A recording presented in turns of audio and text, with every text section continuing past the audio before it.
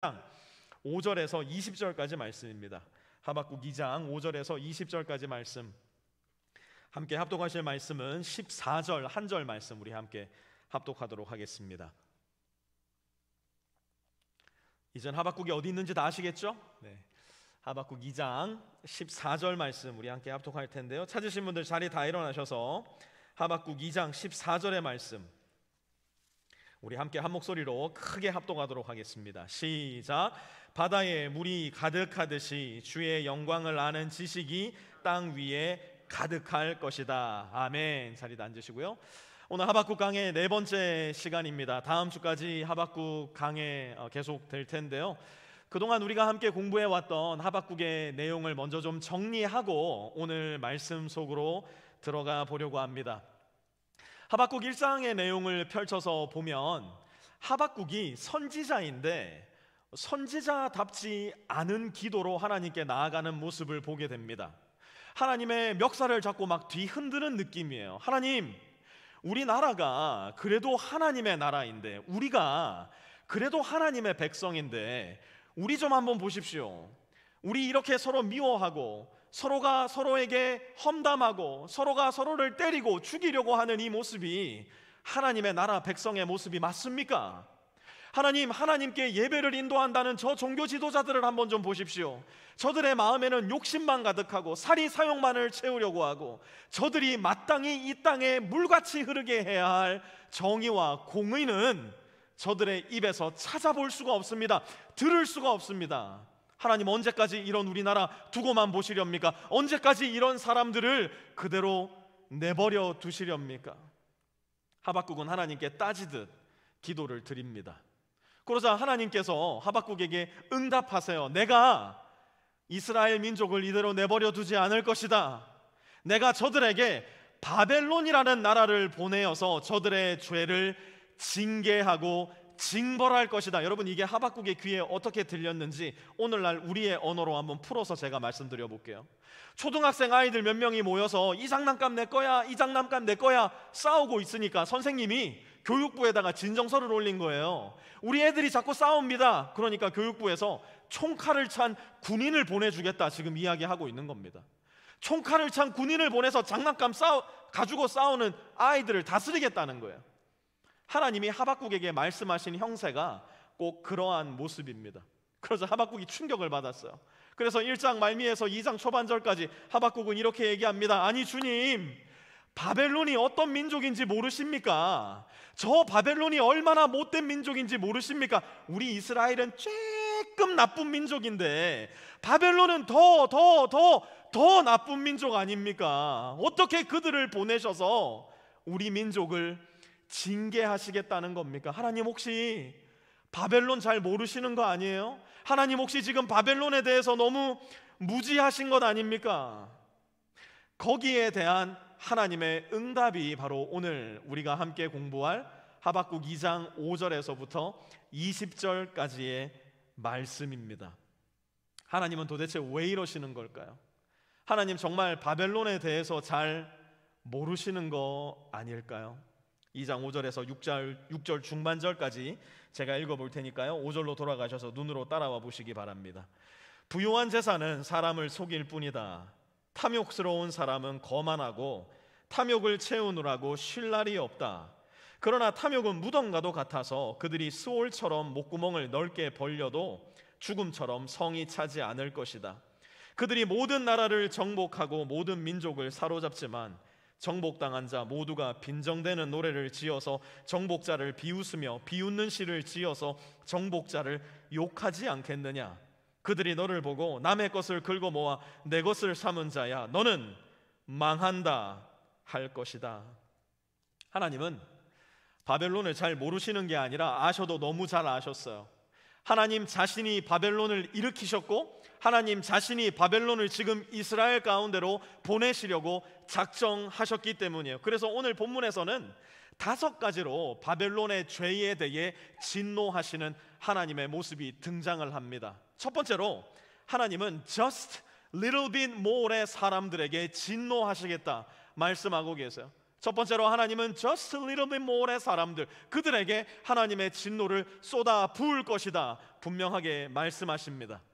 여러분, 오늘 하박국이 쓰여진 이 시대 배경은 지금으로부터 2600여 년 전입니다. 그 시대를 고대 근동이라고 부르는데요, 고대 근동 시대에는 부유한 재산이라는 개념 자체가 거의 없던 시절이었습니다.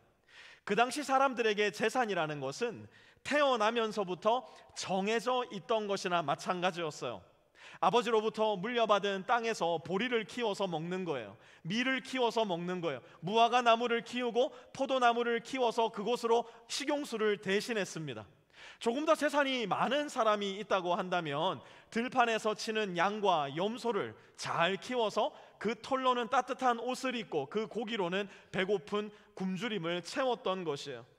그런데 제국의 등장과 함께 이러한 자급자족식 경제 구조가 착취와 억압이 동반된 피라미드식 경제 구조로 전환이 되기 시작했어요. 피라미드 제일 정점에 서 있는 극소수의 사람들을 더 잘 먹게 하기 위해서, 더 부유하게 하기 위해서 피라미드 최하층에 있었던 수많은 사람들이 그들의 노동력을, 그들의 정서를, 그들의 시간을 억압당하고 착취당하는 구조로 변하기 시작한 거예요. 그렇다면 피라미드 저 정점에 있었던 사람들은 어떤 사람들이었을까? 하나님은 그들을 무엇이라 말씀하고 계실까? 5절 한번 다시 보세요. 하나님은 그들을 이렇게 묘사하세요. 탐욕스러운 사람, 거만한 사람, 그들의 탐욕을 채우느라고 쉴 날이 도무지 없는 사람들이래요. 여러분, 여기에서 하나님께서 우리 인간에게 태초부터 심어주신 인간된 본질적 특성이 등장을 하는데요, 하나님은 창세기 1장에서 6일 동안 모든 천지 만물을 창조하신 이후에 7일째 되는 날 대단히 의아한 행동을 취하십니다. 그게 뭐냐면 바로 쉬시는 것이었어요. 하나님께 쉼이 필요할까요? 필요하지 않을까요? 전능하신 하나님께는 쉼이 필요 없으십니다. 그러나 인간을 유한한 존재로 만드셨기 때문에 무한하신 하나님께서는 자기 자신에게는 너무나 이질적이고 낯선 쉼을 인간에게 명령하셨고, 그 쉼을 하나님이 먼저 인간에게 보여주셨어요. 그래서 저와 여러분은 노동과 쉼이 균형을 이룰 때 비로소 하나님을 닮아가는 하나님의 형상대로 지음받은 존재예요. 하나님께서 이스라엘 민족을 출애굽시켰던 이유 중 가장 중요한 이유가 바로 여기에 있어요.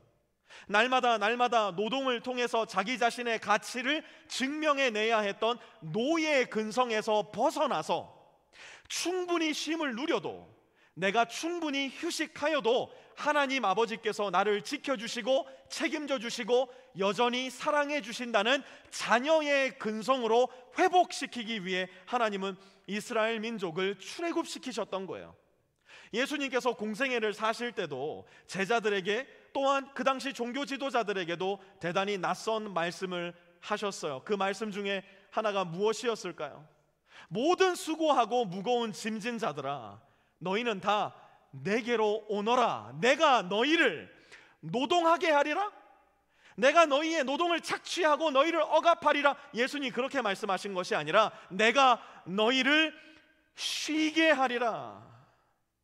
너무너무나 복잡하고 너무너무나 많고 너무너무나 억압적인 예배 구조, 봉사 구조, 예식 구조, 이 모든 것에서 너희를 자유롭게 하겠다는 거예요. 예배를 다 드려야, 모든 제사를 다 드려야, 1번부터 100번까지의 봉사를 다 해야, 1번부터 613번까지의 모든 율법을 다 지켜야 그제서야 하나님의 자녀로 인정받는 것이 아니라 하나님의 아들인 나 예수 그리스도를 믿음으로 말미암아 내가 너희를 하나님께로 인도하겠다, 예수님은 말씀하신 거예요. 그러므로 그리스도인은 예수님 안에서 잘 쉬는 사람들이에요. 다른 말로 그리스도인은 하나님만을, 예수 그리스도를 통해 의지하고 신뢰하는 사람이라는 겁니다. 하나님이 내 인생을 반드시 책임져 주신다. 하나님이 나를 내 인생 끝날까지 반드시 인도해 주신다. 그러니 그 믿음을 가지고 노동해야 하는 날에는 가장 신명나고 가장 성실하고 가장 정직하게 노동하는 겁니다. 그러니 쉬는 날에는 가장 쉬는 마음으로, 가장 안심된 마음으로 하나님 안에서 쉴 수 있는 존재가 바로 저와 여러분 예수 그리스도로 말미암아 거듭난 하나님의 자녀들이란 말이에요. 그런데 부유한 재산을 자랑하는 사람들은 어떨까요?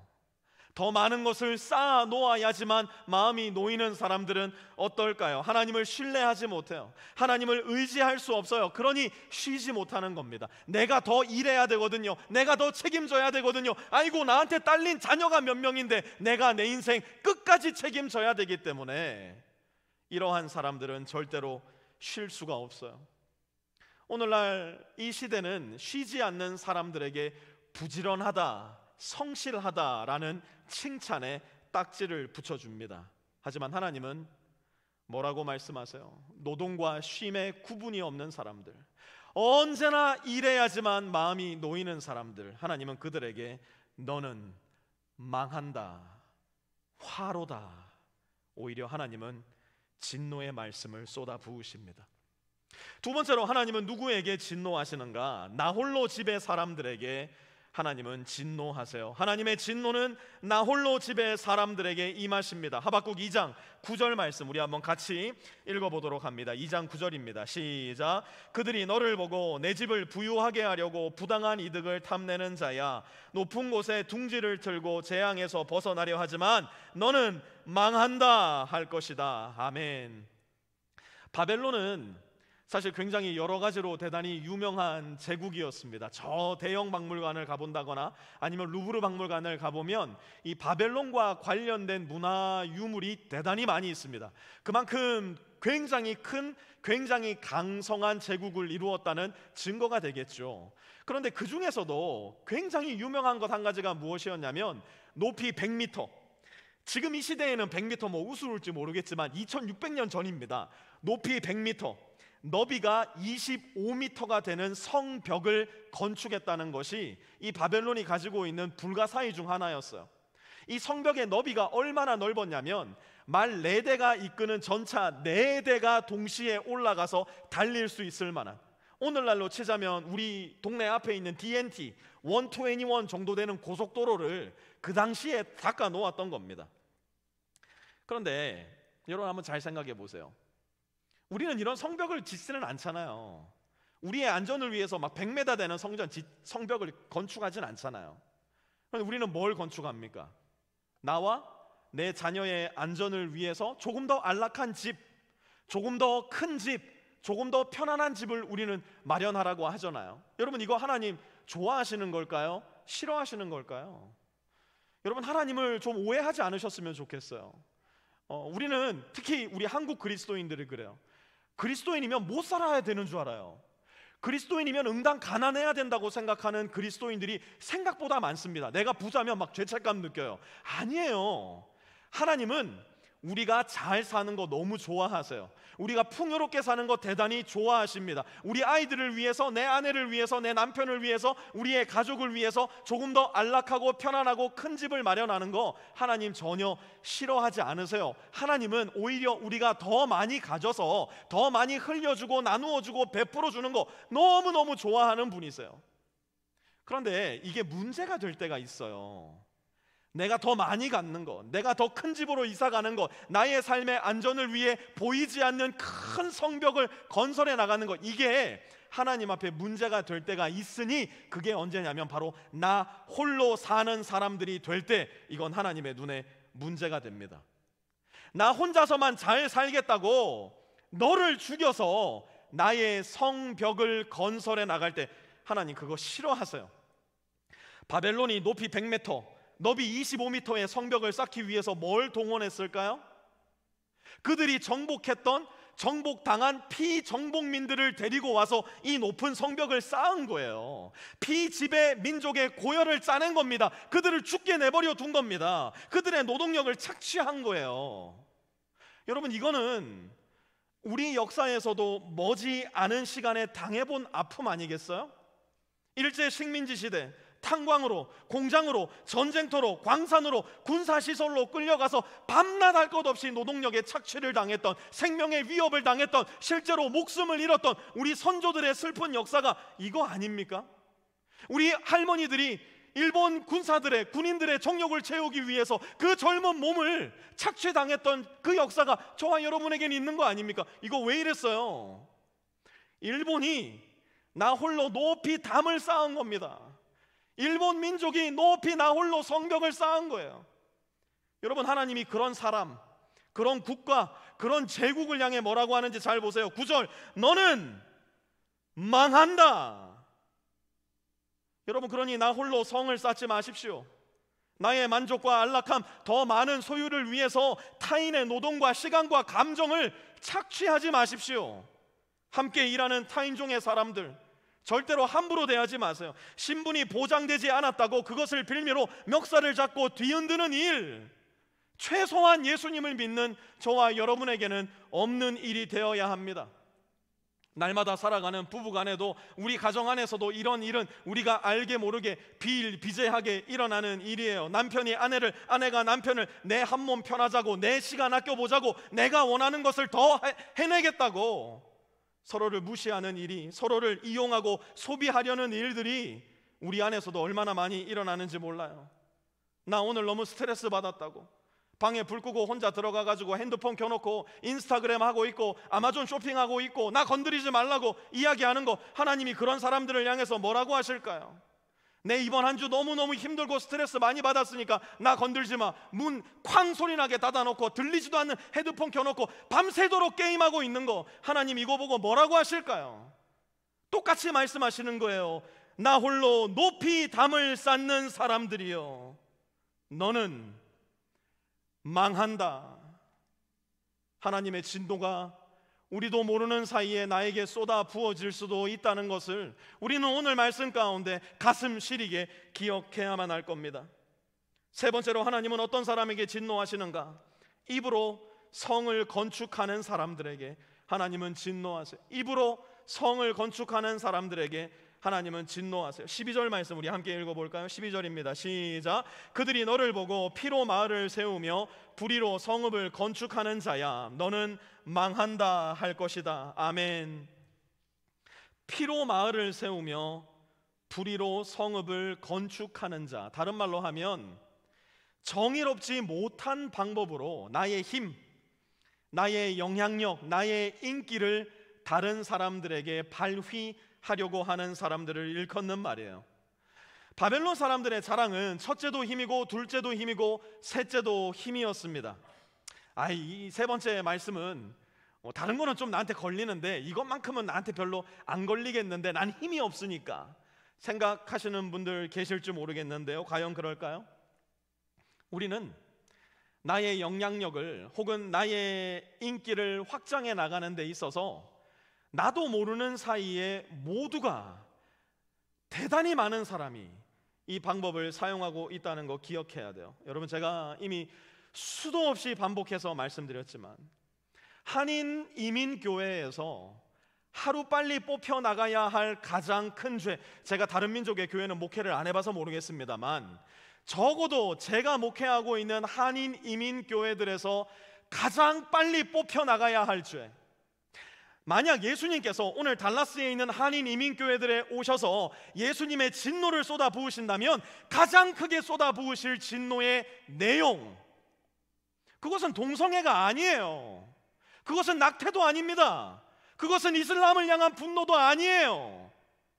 그것은 한인 교회 안에서 그리스도인이라는 딱지를 붙이고 오늘 예배를 드리고 있는 저와 여러분이 하나님의 형상대로 지음받은 다른 누군가를 나의 입으로 험담하고 비난함으로 살인하고 죽이고 있다는 것, 그것이 예수님이 진노를 쏟아낼 가장 큰 이유라 저는 믿어요. 다른 사람 흉을 보는 것으로 내 존재를 드러내려고 하는 속칭 크리스찬들이 너무 많아요. 그런 사람들에게 하나님 뭐라 하신다고요? 12절 다시 보세요. 너는 망한다, 화로다, 너의 입으로 이웃을 죽이는 자여.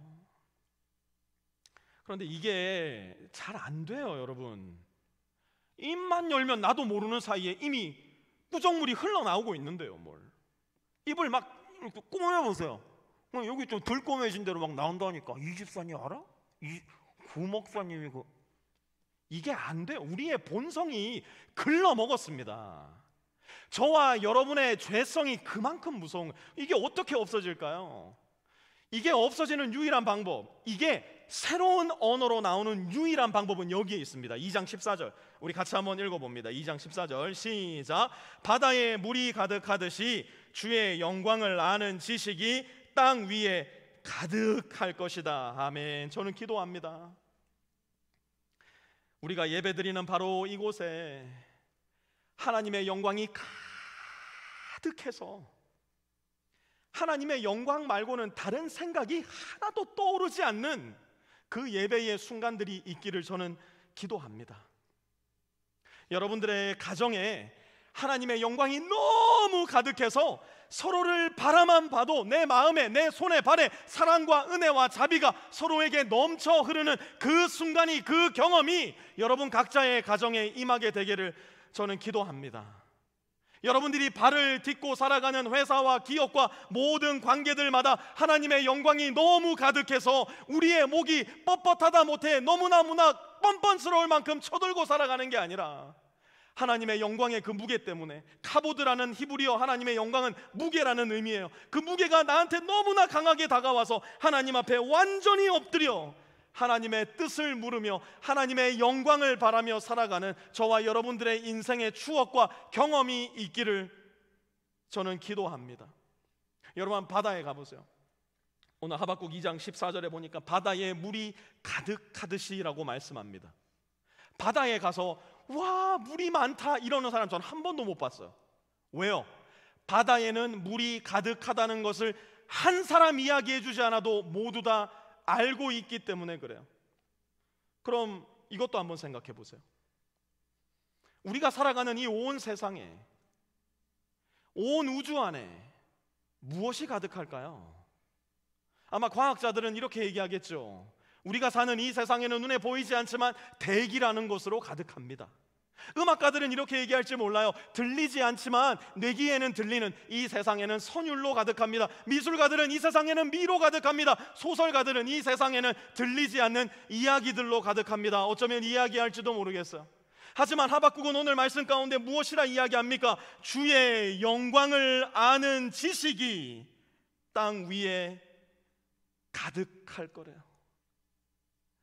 그때는 하나님을 서로에게 이야기해 줄 필요가 없는 거예요. 바다를 보면서 우와 물이 많다 이야기할 필요가 없는 것과 같이 이 세상에 하나님의 영광으로 가득한 그날이 올 것이고, 그날이 올 때에는 하나님이 영광이 이 땅에 가득해요, 하나님이 이렇게 좋으신 분이에요, 하나님은 이야기할 필요가 없는 거예요. 저는 아직 그날이 오기 전 저와 여러분의 인생 가운데, 저와 여러분이 드리는 공예배의 순간순간 가운데 마치 하나님이 창문을 잠깐 열었다 닫아주듯이 하나님의 그 영광을 경험하는 기쁨과 특권이 저와 여러분에게 주어지길 바랍니다. 그 영광을 볼 때에야만이 네 안에 계신 하나님의 영광을 보게 되고, 너의 안에 계신 하나님의 영광을 보아야지만 나의 입에서, 나의 마음에서는 너를 향한 사랑, 축복, 너를 존귀히 여기는 언어들이 쏟아져 나오게 되는 거예요. 네 번째로 하나님은 누구에게 진노하시나?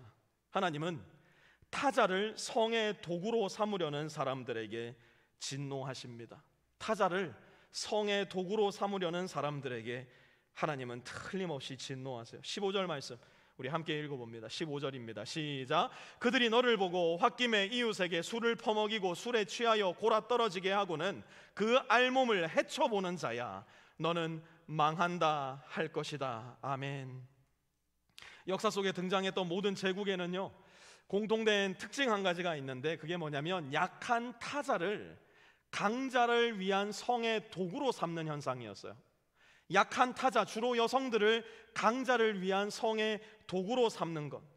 역사의 아버지라고 불리는 헤로도토스라는 사람이 기록한 바벨론에 대한 굉장히 디스커스팅한 디스크립션이 하나가 있어요. 그게 뭐냐면 바벨론에 거주했던 모든 여성들은요, 살면서 일생에 최소한 한 번 바벨론의 신 마르둑 신전에 가서 성전 창기로서의 역할을 감당해야 됐다는 거예요. 그러니까 너무 디스커스팅하지만 한번 상상해 보세요.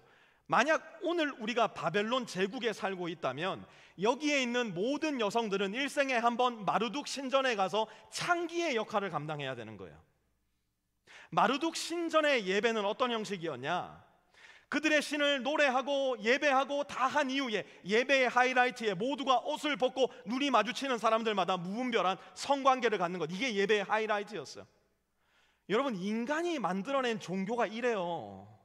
인간이 창안해낸 종교는 인간의 억압된 욕망을 채우는 도구에 불과하단 말이에요. 그런데 이런 식으로 여성을 도구화한 최대치의 타락을 선보이고 있는 장소와 시간은 언제였을까요?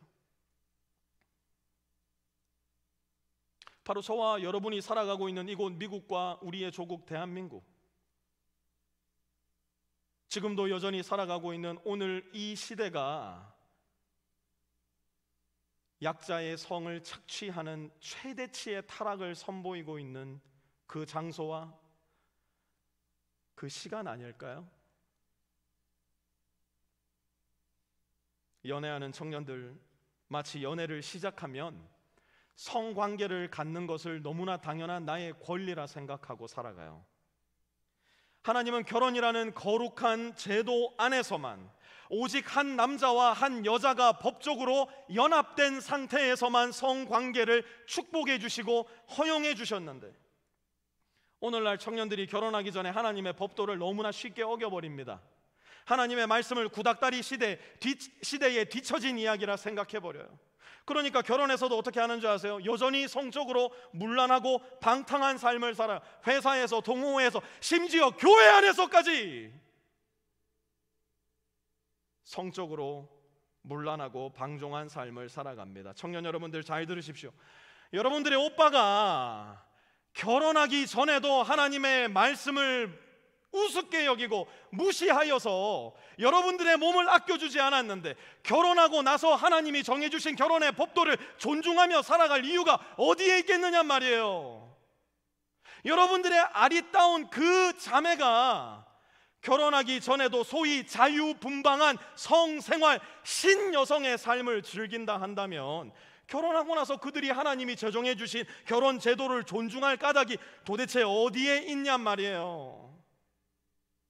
혹여라도 오늘 이 자리에 성적으로 방탕한 삶을 살아가는 청년들이 있다면, 그러한 생각과 기대 속에 살아가는 청년들이 있다면 하나님의 경고를 더 귀 기울여 들으셔야 돼요. 혹여라도 오늘 이 자리에 성적으로 문란한 기혼자들이 있다면, 아내가 보지 않는 곳에서 영상으로, 만남으로, 관계로, 그 어떤 방식으로든지 간에 여러분들의 배우자에게 정직하지 못한 삶을 사는 분들이 계시다면 하나님의 불같은 경고를 들으세요. 15절 다시 보세요. 너는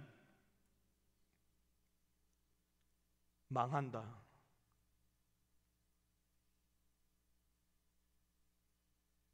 하나님은 헷갈리지도 않고 돌아가지도 않고 분명하고 선명하게 말씀하세요. 타자를 성의 도구로 삼는 사람들이여, 너는 망할 것이다. 마지막 다섯 번째로 하나님은 우상 앞에 엎드러진 사람들에게 경고하십니다. 18절과 19절 말씀 한번 따라가 보시기 바랍니다. 우상을 무엇에다 쓸 수 있겠느냐? 사람이 새겨서 만든 것이 아니냐? 거짓이나 가르치는 부어 만든 우상에게서 무엇을 얻을 수 있겠느냐? 그것을 만든 자가 자신이 만든 것을 의지한다고 하지만 그것은 말도 못하는 우상이 아니냐? 나무더러 깨어나라 하며 말 못하는 돌더러 일어나라 하는 자여, 너는 망한다. 그것이 너를 가르치느냐? 기껏 금과 은으로 입힌 것일 뿐 그 안에 생기라고는 전혀 없는 것이 아니냐? 오늘날 우리는 더 이상 새겨진 우상 앞에 엎드려 절하면서 우상을 숭배하지 않습니다. 오늘날 우리에게 우상은 훨씬 더 교묘하고 훨씬 더 헷갈리는 방법으로 우리의 마음속에, 영혼 속에, 우리의 삶 가운데 파고들기 시작했어요. 그러니 헷갈려요. 나에게 우상이 있나? 내가 우상 숭배자인가? 나는 아닌데? 내가 과연 우상 숭배자인가 파악할 수 있는 가장 쉬운 방법 제가 알려드릴게요. 나에게 정말 중요한 결정적인 순간이 찾아왔을 때 내 안에서 어떤 사고가 일어나는지, 어떤 생각이 일어나는지 한번 제 이야기를 들으면서 여러분 스스로를 파악해 보셨으면 좋겠어요. 예를 들어서 나에게 이직할 수 있는 너무 좋은 기회가 생겼어요. 뭐 연봉이 오르는 건 물론이고요, 베너핏이 뭐 말도 할 수 없이 좋고요, 지역도 너무 좋아, 프리스코, 다 좋은 거예요. 다 너무 마음에 드는 거예요. 그런데 만약 그렇게 좋은 상황과 환경 속에 우상을 섬기는 사람과 하나님만 섬기는 사람의 마음속에는 이러한 생각이 일어나기 시작할 텐데요, 우상을 섬기는 사람들은 이렇게 질문할 거예요. 나는 거기를 가면 좋은가? 나는 그 선택을 했을 때 행복할 것인가? 나는 거기를 가고 싶은가? 이게 우상을 섬기는 사람들의 질문이에요. 반면 하나님을 섬기는 사람들은 이 질문을 합니다. 하나님께서 나와 내 가족이 그곳으로 가는 것을 기뻐하실까? 하나님께서 내가 그 선택을 했을 때 과연 영광을 받으실까? 하나님께서 나의 그 선택으로 말미암아 나의 예배를 받으실 수 있을까? 우리도 모르는 사이에 결국은 나의 편의, 나의 만족, 나의 기쁨을 최대치로 두고 살아가는 소위 말해 자아 우상의 시대를 살아가고 있는 겁니다. 나의 행복, 나의 만족, 나의 욕망을 최대치로 충족시키는 것만이 나의 인생의 목적이 된 세대, 나도 모르게 내 자신을 우상화하며 살아가고 있는 거예요. 그런 우리에게 하나님 뭐라 경고하세요? 19절 다시 보세요. 너는 망한다. 너는 망한다. 오늘 본문에는 5번에 걸쳐 하나님의 진노가 등장합니다. 너는 망한다, 너는 망한다, 너는 망한다, 너는 망한다, 너는 망한다. 개역개정 보면 화로다, 화로다, 화로다, 화로다, 화로다. 영어 성경은 뭐 What to you, what to you, what to you, what to you. 이번 주 내내 이 말씀 묵상하는데 막 마음 가운데서 저도 분노가 일어나는 거예요. 하나님 한두 번만 말씀하시든가. 좋은 말씀도 한두 번 들으면 듣기 싫은데 화로다, 화로다. 하나님 혹시 분노 조절 장애 있는 거 아니야? 근데 여러분 전혀 그렇지 않아요. 하나님은 지금 너네 제발 망하면 안 돼 말씀하고 계시는 거예요.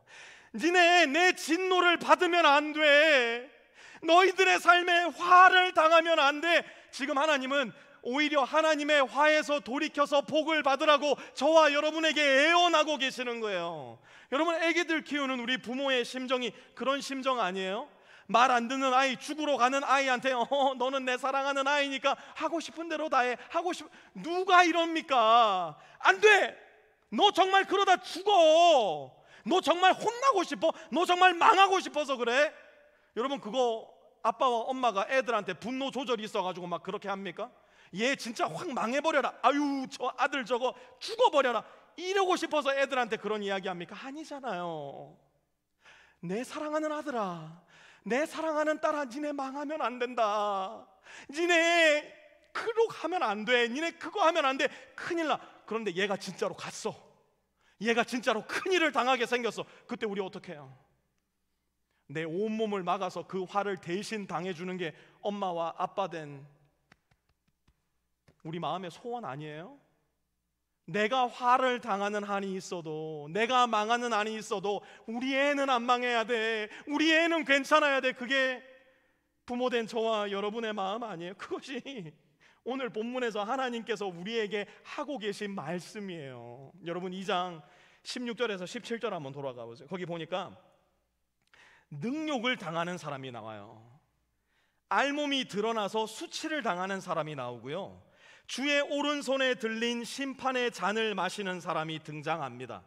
이 사람은 1차적으로는 이스라엘 민족을 멸망시키게 될 바벨론을 이야기하고 있는 거고요. 2차적으로는 이 말씀을 직접 듣고 있는 이스라엘 민족을 말하고 있는 것이에요. 그런데 더 확장해서 보면 지금 오늘 이곳 프리스코 빛의 교회에서 이 말씀을 듣고 있는 저와 여러분에게도 똑같이 적용되는 말이에요. 우리가 하나님의 이 진노의 말씀을 무시한다면 저와 여러분도 능력과 수치와 심판의 잔을 받게 될 거예요.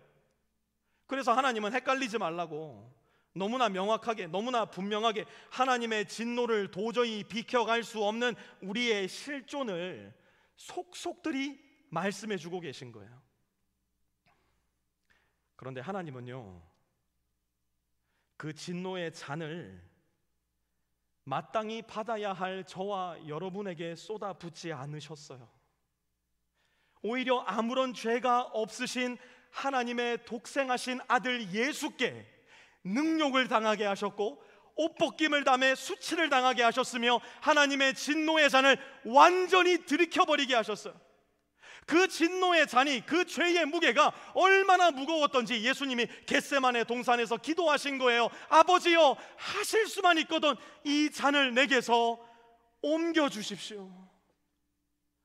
그러나 하나님 아버지의 뜻은 아들 예수 그리스도께서 그 진노의 잔을 온전히 받으시는 것이었어요. 도대체 왜요? 도대체 왜 하나님은 아들 예수님께 그러한 잔을 맡기신 걸까요? 고린도후서 5장 21절 말씀은 이렇게 말씀합니다. 같이 한번 큰 목소리로 읽습니다. 시작. 하나님께서는 죄를 모르시는 분에게 우리 대신으로 죄를 씌우셨습니다. 그것은 우리가 그리스도 안에서 하나님의 의가 되게 하시려는 것입니다. 아멘. 오늘 본문에서 하나님께서 그토록 매몰차게 선언하셨던 그 진노와 화는 결국 하나님의 본체 되신 아들 예수 그리스도께 완전히 부어졌고, 그 예수 그리스도를 믿음으로 말미암아 거듭난 저와 여러분은 내가 마땅히 받아야 할 하나님의 진노의 잔이 아니라 내가 도저히 꿈도 꿀 수 없는 영광과 의의 잔으로 뒤바꾸어 받는 사람들이 된 거예요. 누구 때문에요? 오직 예수 그리스도 한 분 때문에. 나의 죄를 위해서 하나님의 진노의 잔을 오롯이 감당하신 십자가의 예수 그리스도로 말미암아. 그래서 오늘 본문 마지막 말씀 하박국 2장 20절은 이렇게 말씀해요. 같이 한번 읽어봅니다. 시작. 나 주가 거룩한 성전에 있다.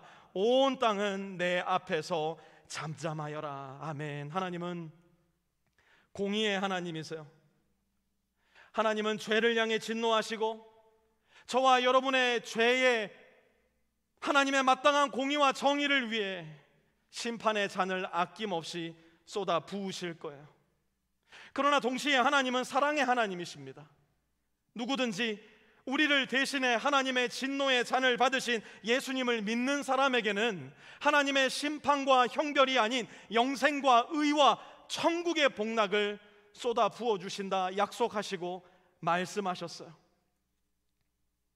그러나 이 말씀을 부인하는, 무시하는, 끝내 모르는 채하며 여전히 자기 자신이 신이 되어 살아가려 하는 모든 이들에게 하나님은 여전히 말씀하세요. 너는 망한다. 너는 망한다. 사랑하는 성도 여러분, 기억하십시오. 하나님의 경고는, 하나님의 진노는 저와 여러분을 죽이거나 망하게 하거나 끝장내버리려는 의도가 전혀 아니에요. 오히려 저와 여러분을 살게 하시고 또 살게 하되 가장 충만하고 가장 생기 있고 가장 복 있는 존재로 바로 지금부터 살게 하기 위해 주신 말씀이에요. 그래서 하나님은 지금도 기다리고 계세요. 그래서 하나님은 지금도 일하고 계세요. 그래서 하나님은 지금도 저를 통해 여러분에게 말씀하고 계세요. 제발 돌이키라고, 제발 돌아와야 된다고, 너희만큼은 죽어서 안 된다고. 모래처럼 흩어져 버릴 거짓 영광을 쌓으며 살아가지 말고 영원히 사그라들지도 없어지지도 않을 나의 영광을 바라보며 나와 함께 살아가자고. 하나님은 오늘 이 말씀을 통해 저와 여러분을 초청하고 계시는 거예요. 오늘 들은 말씀 기억하시면서 우리 이 찬양을 통해서 하나님의 뜻, 저와 여러분을 향하신 하나님의 계획을 우리 마음 가운데 한번 좀 더 깊이 새겨봤으면 좋겠는데요. 우리 자리 다 일어나셔서 한번 이 찬양 하나님께 올려드리며 오늘 말씀 더 깊이 가슴속에 새겨보도록 하겠습니다. 세상 모든 민족이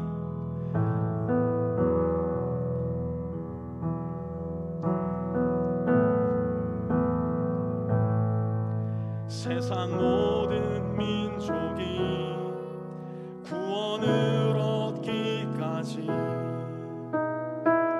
쉬지 않으시는 하나님,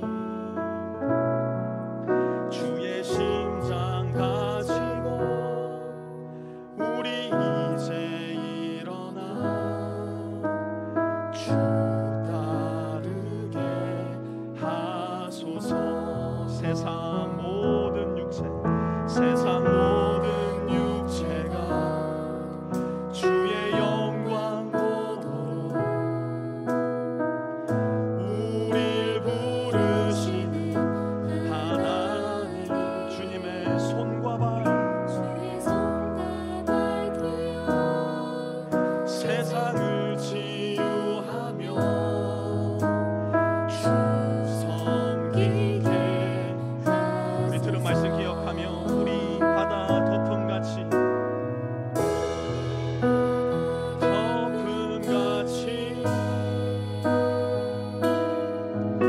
여호와의 영광을 인정하는 것이 온 세상 가득하리라.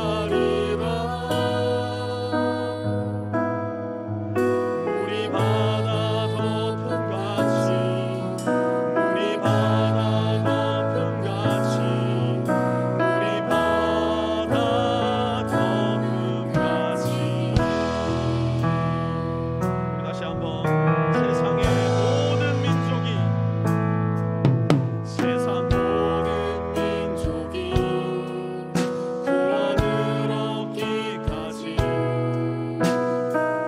쉬지 않으시는 하나님, 주의 심장 가지고 우리 이제 일어나 주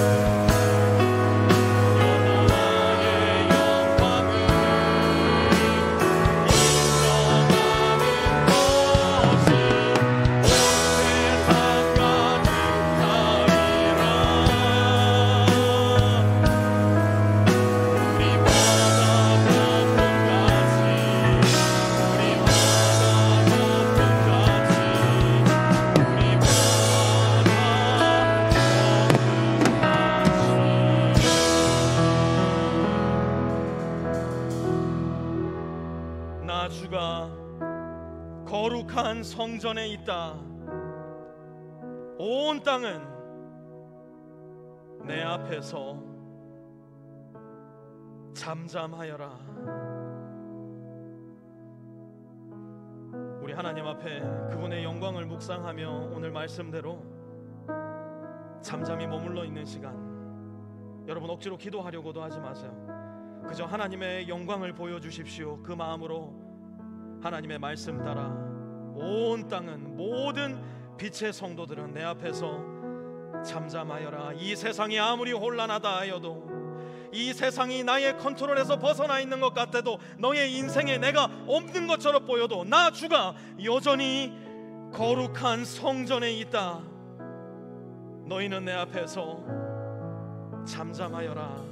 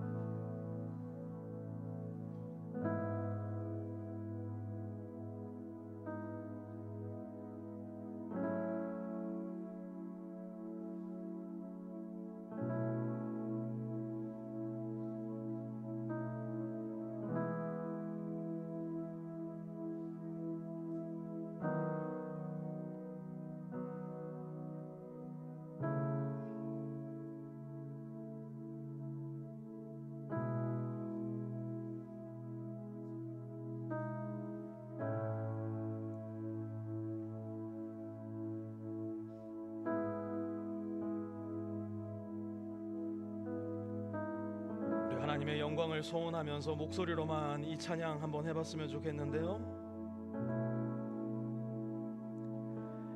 주의 영광 이곳에 가득해.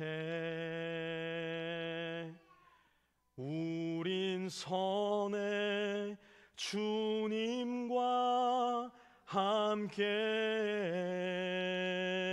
찬양하며 우리는 전진하리. 모든 열방 주 볼 때까지 주의 영광 이곳에 가득해. 주의 영광 이곳에 가득해. 우린 선해 주님과 함께.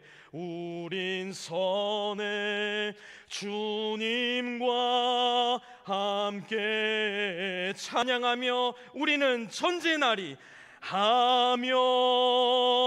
우리는 전진 모든 열방 주 볼 때까지. 열방 주 볼 때까지. 이제는 우리 주 예수 그리스도의 은혜와 하나님 아버지의 무한하신 사랑하심과 성령의 내주 교통하심이, 하나님의 진노의 잔이 아니라 하나님의 영광의 잔을 받아들고 하나님과 영생 복락하며 살아갈 그 소망의 약속으로 하나님의 말씀 붙잡고 세상 가운데로 나아가는 우리 모든 빛의 성도들 머리머리 위에와 그들의 가정 위에, 직장 위에, 기업 위에, 모든 관계들 위에도 이제로부터 영원토록 함께 하옵시기를 간절히 축원하옵나이다. 아멘.